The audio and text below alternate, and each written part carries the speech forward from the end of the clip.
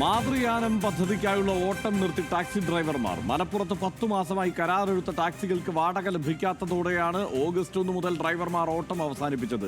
വാടകയായി 1.5 ലക്ഷത്തിലധികം രൂപയാണ് ലഭിക്കാനുള്ളത്. ഇന്ധനവില വർധനയും വാടക ലഭിക്കാത്തതും കാരണം മറ്റ് ജില്ലകളിലും ഓട്ടം നിർത്താൻ ഒരുങ്ങുകയാണ് ടാക്സി ഡ്രൈവർമാർ.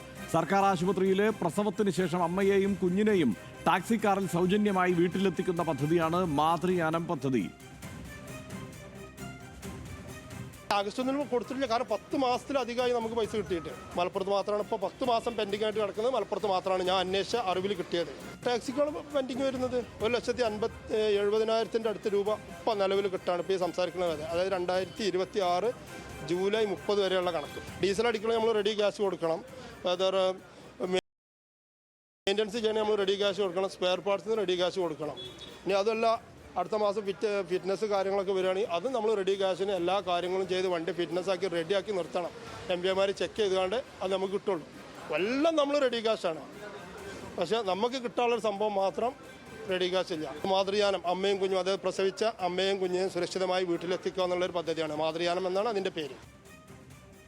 ശാന്തകുമാർ വെള്ളാലത്ത് ചേരുന്നുണ്ട് ഈ വാർത്തയുടെ വിശദാംശങ്ങളുമായി. Shanthakumar, good morning. ഇത് മാതൃയാനം എന്നത് ഏറെ പ്രശംസിക്കപ്പെട്ട ഒരു പ്രോജക്റ്റായിരുന്നു. ഇത് വലിയ പണച്ചെലവുള്ള ഒരു പ്രോജക്റ്റായി അല്ല കണക്കാക്കിയിരുന്നതെങ്കിലും ആ ഒരു ചിന്ത അതിന് വലിയ പ്രശംസ ലഭിച്ചിരുന്നതാണ്. പക്ഷേ ആ ചെറിയ തുക പോലും കൃത്യമായി ഡ്രൈവർമാർക്ക് കൊടുക്കാതിരിക്കുകയും ആ പദ്ധതി തന്നെ, ആ പ്രോജക്റ്റ് തന്നെ പൂർണ്ണമായി ഇല്ലാതാകുകയും ചെയ്യുന്ന ഒരവസ്ഥയിലേക്ക് കാര്യങ്ങൾ പോകുന്നുണ്ടോ?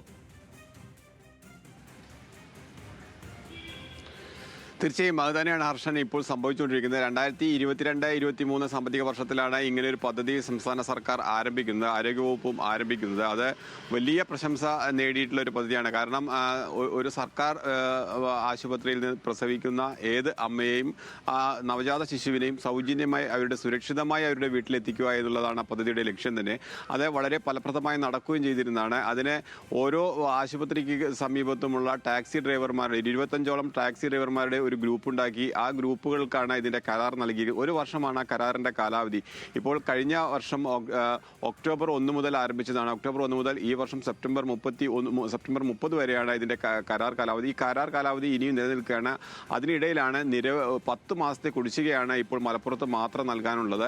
അതുകൊണ്ട് അവർക്കത് ഓടാൻ കഴിയില്ല എന്ന് തന്നെയാണ് ടാക്സിക്കാർ പറയുന്നത്. കാരണം ഡീസലിന്റെ വില ദൈനംദിനമായി വർദ്ധിക്കുന്നു. കഴിഞ്ഞ കരാർ കാലത്തുണ്ടായ ആ വിലയല്ല ഡീസലിൻ്റേത്. ഇപ്പോൾ മറ്റ് അനുബന്ധ ചെലവുകളും വളരെയധികം വർദ്ധിക്കുന്നുണ്ട്. ഇത് പലതവണ ഈ പണം ആവശ്യപ്പെട്ട് അധികൃതരെ സമീപിച്ചപ്പോഴൊന്നും ഫണ്ട് ലഭിച്ചിട്ടില്ല എന്നുള്ളൊരു അറിയിപ്പ് നൽകും. ഇല്ലെങ്കിൽ അത് ജില്ലാ മെഡിക്കൽ ഓഫീസർക്ക് അതിൻ്റെ വിശദാംശങ്ങൾ നൽകിയിട്ടുണ്ട്. അവിടുന്ന് പണം ലഭിക്കും എന്നുള്ള, ഉടനെ തന്നെ ബാങ്കുകൾ ക്രെഡിറ്റ് ആവും എന്നുള്ള വിവരം ലഭിക്കുന്നു. പക്ഷേ ഇങ്ങനെ അറിയാനും കഴിഞ്ഞിട്ട്, ഇല്ലെങ്കിൽ ഇതുപോലുള്ള അറിയിപ്പ് നൽകാൻ കഴിഞ്ഞിട്ട് ഏകദേശം 4-5 മാസമായി ഒരു രക്ഷയുമില്ലാഞ്ഞിട്ടാണ് ഇപ്പോൾ ഈ ടാക്സി ഡ്രൈവർമാർ ഈ 1-ാം തീയതി മുതൽ, ഈ ആഗസ്റ്റ് 1 മുതൽ ഈ ഓട്ടം തന്നെ നിർത്തിയിരിക്കുന്നത്. കാരണം അവർക്ക് ഒരു തരത്തിലും ഇത് ഓടാൻ കഴിയില്ല. ഒരു ദിവസം 4-5 ഇത്തരം കേസുകളുണ്ടാവും ഒരു ആശുപത്രിക്ക് കീഴിൽ.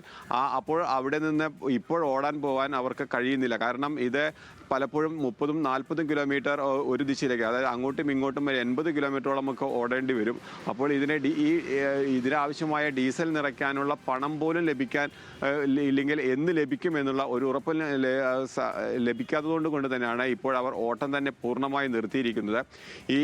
ആ ഡ്രൈവർമാരോട് ഇന്നലെ നമ്മൾ സംസാരിക്കുമ്പോൾ അവർ പറയുന്നുണ്ട്, ഈ ഓട്ടം നിർത്തിയതിന് ശേഷവും അവർക്ക് വിളികൾ വരുന്നുണ്ട്. പക്ഷേ അവർക്ക് പോകാൻ കഴിയുന്നില്ല. അവർക്ക് കൃത്യമായി കാര്യങ്ങൾ പറഞ്ഞുകൊണ്ട് അവരെ ധരിപ്പിക്കുകയാണ്. അവർക്ക് ഓടാൻ കഴിയുന്നില്ല. അതായത് ഈ ആശുപത്രിയിൽ ഈ പദ്ധതി ഇല്ലെങ്കിൽ ഈ സർക്കാർ ആശുപത്രിയിൽ പ്രസവിക്കുന്ന ഈ അമ്മയും അതുപോലെ നവജാത ശിശുവിനെയും ഇപ്പോൾ കൊണ്ടുപോകാൻ കഴിയുന്നില്ല. ഇല്ലെങ്കിൽ അവർക്ക് ഇപ്പോൾ ആ സൗജന്യ പദ്ധതി ലഭിക്കുന്നില്ല.